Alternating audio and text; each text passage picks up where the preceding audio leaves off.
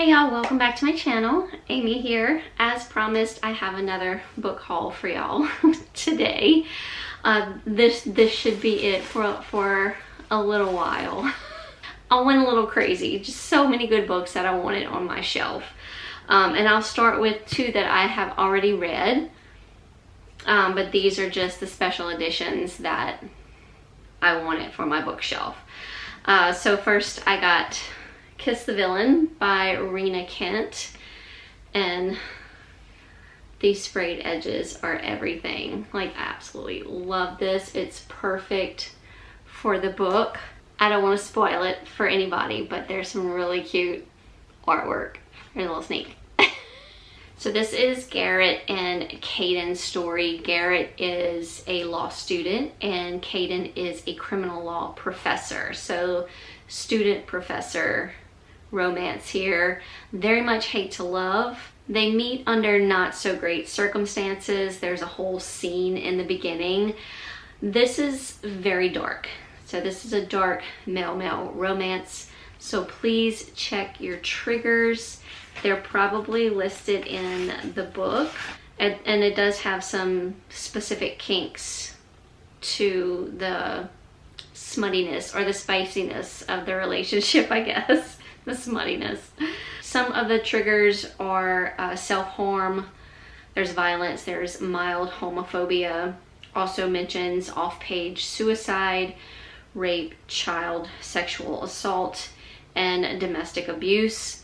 Some of the kinks included are degradation, mild BDSM, and praise. So definitely check all your triggers before you dive into this story, but it is a great story between these two characters. I gave it 5 stars. I absolutely loved it. And it probably will get read again at some point. And of course, I had to get the special edition of For the Fans by Nyla K. This one came with the little sticker signed by Nyla K. And it also came with some fun artwork as well. A little sneaky peek of Kyron and Avi. So yeah, this is Avi and Kyron's story. They are stepbrothers, very much hate to love. Although I feel like Avi was doing his best to try to get on Kyron's good side, but there's some issues that Kyron needs to get through to love himself before he can realize that what his true feelings for Avi are. And they start a fans page, like a For You page. It's so much fun. So there's a lot of them like on camera scenes and things like that, which I think are like super sexy. The spice in here is top tier. Okay, moving on to let's do Target. I think these are all books I have not read yet. So we'll start with Sherry Lapina's new one. This is She Didn't See It Coming. This one says, when a beloved wife and mother disappears, a luxurious condo building transforms into a potential crime scene. Can the detectives find her before it's too late? Bryden and Sam have it all: thriving careers, a smart apartment in a luxury condominium, supportive friends, and a cherished daughter. The perfect life for the perfect couple. Perfect can be very deceiving, I can only imagine. But yes, this has been top on my TBR to read. So when I saw it at Target, I just picked it up for 30% off. Also one that's been on my TBR because Geneva Rose has become one of my favorite authors, and I will buy anything Mimi's here. She puts out there. This is The Girl I Was. This is one of her most recent releases. She does have a new release coming October 1st, I do believe. And it is a like apocalyptic romance, which is different from what she's done. But this is also very different from what she's done. If I'm remembering correctly, this was sort of one of her first pieces of work, but it's just kind of just getting published. This is more along the lines of like women's fiction.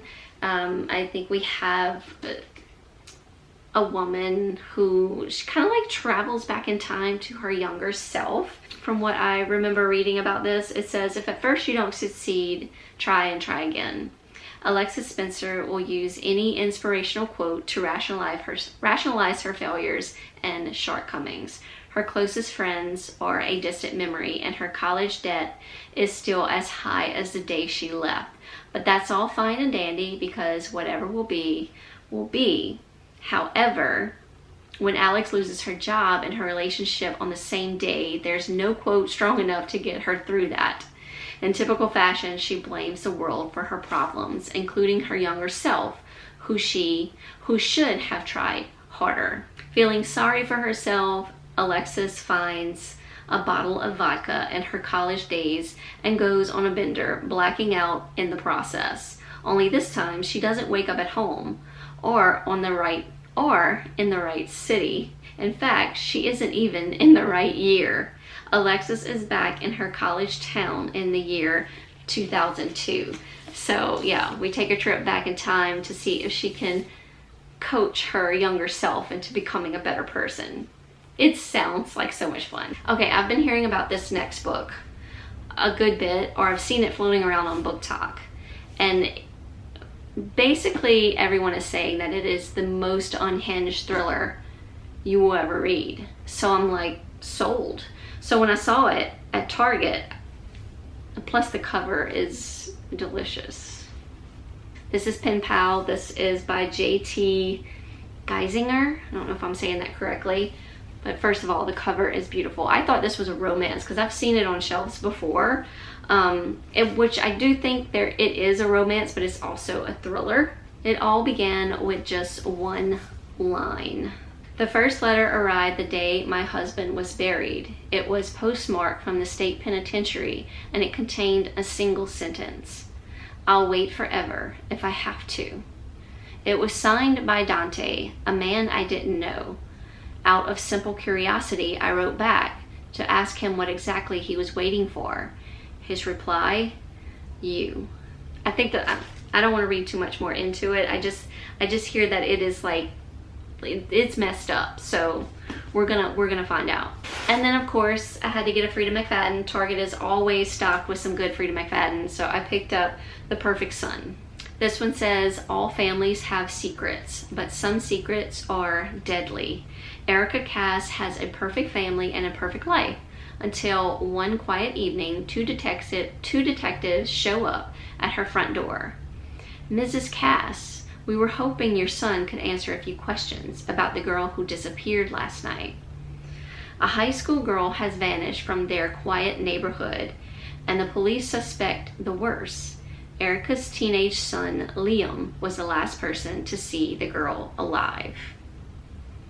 I'm sure it's going to be a great, twisty Frida McFadden. You can't go wrong with Frida. Absolutely love Frida McFadden. And a new can't go wrong author I have discovered is Lucinda Berry. So when I saw 1 and 4, this is one of her newer releases, I had to get it. This one says, they kill for a comeback. Dr. Laurel Harlow can't believe she's agreed to do a reality TV show, but her years as a chemical dependency counselor and personal history with the show's director make her the obvious choice. Treating a mansion full of former child stars on the road to recovery is the tallest order of her career, especially when one of them turns up dead while the cameras are still rolling. And then moving on to my Barnes & Noble haul. So my Barnes & Nobles, we have two. So one of them is further away from me. It's not moving very far, but it is moving. So they were having like 50% off to 75% off their books just to get rid of them, so they wouldn't have such, so many books to move. So of course I went shopping, and this isn't my first time. This is my second trip. And I got quite a few books here. I got 5 books. And I did read one. So we'll start with that one. Riley Sager's new one, With a Vengeance. This one, not my favorite Riley, but not terrible. I think I gave it like a 3-star, maybe a 3.5. I don't really remember. But we're basically on a train, and our characters are getting offed one by one, basically. Very Agatha Christie vibes. But this one is a story of revenge. Like I said, it wasn't bad. It wasn't bad. But yet not my favorite Riley Sager. But I still have to have, I have all his books. Well, except I know that he writes in another pen name. I don't know what that pen name is, but I have all Riley Sager's books. So I had to get this one. This author has also just become a sort of will-buy author. She was a stewardess on planes, and now she writes thrillers on planes, which will very well not make you not want to get on a plane. This is her 3rd book. This one's called Worst Case Scenario, and her name is TJ Newman. Mimi! I heard the little meow, but I don't know where she went. And I don't really know what this one is about. I haven't heard much about this one. This one says, when a plane falls from the sky, a town rises from the ashes. When a pilot suffers a heart attack at 35,000 feet, a commercial airliner filled with passengers crashes into a nuclear power plant in the small town of Waukeeta, Minnesota, which becomes ground zero for a catastrophic national crisis with global implications. The International Nuclear Event Scale tracks nuclear disasters. It has 7 levels. Level 7 is a major accident with only 2 on record. There has never been a level 8 until now. It says, in this heart-stopping thriller, ordinary people, power plant employees, firefighters, teachers, families, neighbors, and friends are thrust into an extraordinary situation as they face the ultimate test of their lives. I have not liked one of her books yet, so I'm looking forward to reading this one. Let me know in the comments if you've read this one. I haven't heard much about it. This is one that a book talker had briefly talked about, and I don't think I've seen it anywhere else. This is Such a Bad Influence. This is by Olivia Munter. Not sure if I'm saying that right. I apologize if I'm not. And I think this is a debut novel. But yeah, I haven't heard much about this, but it's social media thriller sort of read, and I'm always drawn to those. So I picked it up at the sale. It says, an electric, timely thriller about what happens when one of the first child stars of the social media age grows up and goes missing. Yes, it is a debut. It says, a propulsive and razor-sharp debut. Such a bad influence dissects our cultural obsession with internet fame and allure of parasocial relationships and what it means to connect authentically at any cost.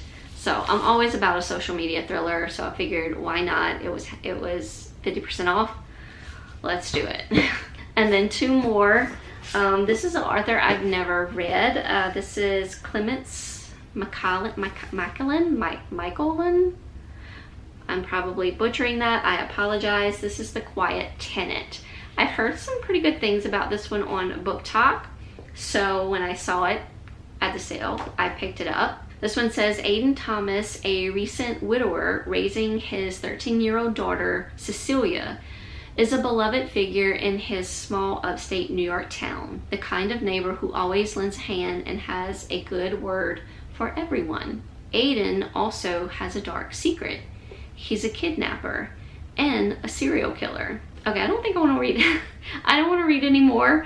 I've heard a little bit about what this is about on Book Talk, but that's all I'm gonna read right there. This is kind of giving me you can't judge a book by its cover vibes. So yeah, again, let me know in the comments if you've seen this one around or if you've read it. This will be my first for this author, so I'm excited about that. And then of course we'll end the haul with a Frida McFadden. This is The Surrogate Mother. It says, she was promised a miracle, she got more than she bargained for. Abby wants a baby more than anything, but after years of failed infertility treatments and adoptions that have fallen through, it seems like motherhood is not in her future. That is, until her personal assistant, Monica, makes a generous offer to serve as her surrogate. It's an offer that will make all of Abby's dreams come true. But soon, strange things start happening, as they always do in a Frida book. And it turns out Monica isn't who she says she is. The woman now carrying Abby's child has an unspeakable secret. That's kind of scary. Trusting someone with your unborn child. Someone that just a personal assistant, I don't know. I don't know about all that, but we're gonna find out. I'm sure this is gonna be twisty and turny, as all Fridas are, and I can't wait. All right, y'all, I don't think I could pick any of these up, but here's my first stack here.